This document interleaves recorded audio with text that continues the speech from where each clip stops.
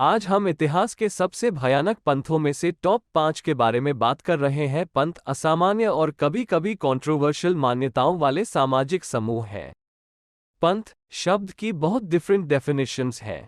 एक, यह ऐसे लोगों का समूह है जो किसी विशेष कारण के प्रति अत्यधिक भक्ति रखते हैं और अपने पंथ का समर्थन करने के लिए किसी भी सीमा से आगे जाने के लिए तैयार रहते हैं। Number 5, sex cult, an American cult led by Keith Rainier. पंथ के गठन से पहले रेनियर ने एक बिजनेस वेंचर शुरू किया था जिस पर पिरामिड योजना होने का आरोप लगाया गया था। बाद में उन्होंने नेक्सियम की स्थापना की, जो व्यक्तिगत विकास के लिए समर्पित कंपनी है। इसने ट्रेनिंग आयोजित की जो एक नॉन डिस्क्लोजर अग्रीमेंट के अधीन था। समय के साथ ट्रेनिंग और रिलेटेड कस्टमर बेस सस्पिशियस होने लगा।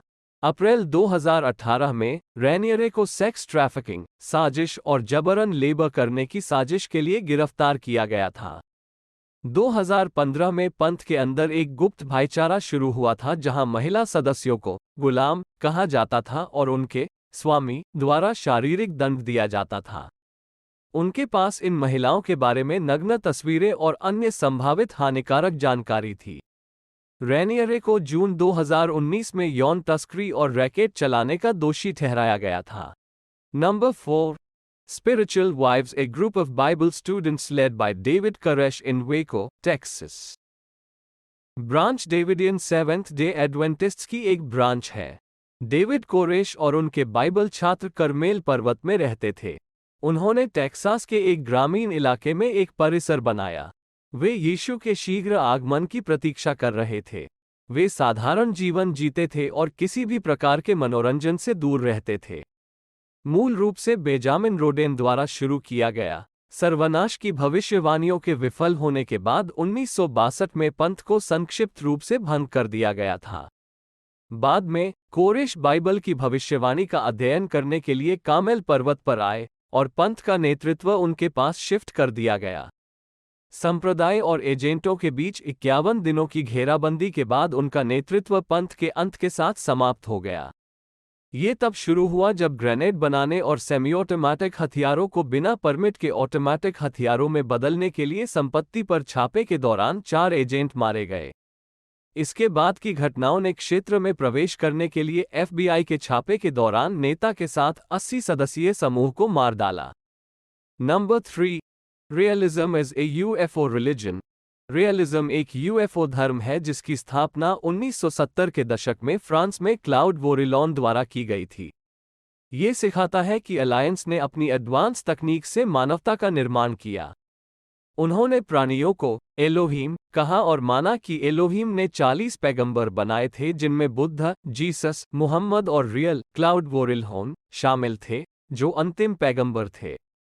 धर्म का मानना है कि हिरोशिमा बम के साथ मनुष्यों ने सर्वनाश की आयु शुरू कर दी है और मनुष्यों को शांतिपूर्ण उद्देश्यों के लिए उपयोग की जाने वाली नई वैज्ञानिक उपलब्धियों को अश्यो करने का एक तरीका खोजना चाहिए। वे दैनिक ध्यान, यौन प्रयोग और अमरता की आशा पर जोर देने के साथ एक नैतिक प्रणाली को भी बढ़ावा देते हैं। पंथ तब अपने आदर्शवाद के साथ आगे बढ़ा और 2002 में सफलतापूर्वक एक मानव क्लोन बनाने का दावा किया। वे एलोहीम के लिए एक दूतावास बनाने के लिए प्रतिबद्ध है। Number 2, school of prophets is a cult founded by Ron Lafferty. पूर्व संचारित मॉर्मन पंथ के नेता धार्मिक विचारों को विकसित कर रहे थे क्योंकि वे चाहते थे कि चर्च प्रतिबंधित प्लूरल विवाह वापस लाए जाएं। उसने लोगों को विश्वास दिलाया कि वह एक प्रॉफिट था और उसने कई लोगों को हटाने के लिए सीधे परमेश्वर से ऑर्डर प्राप्त किया।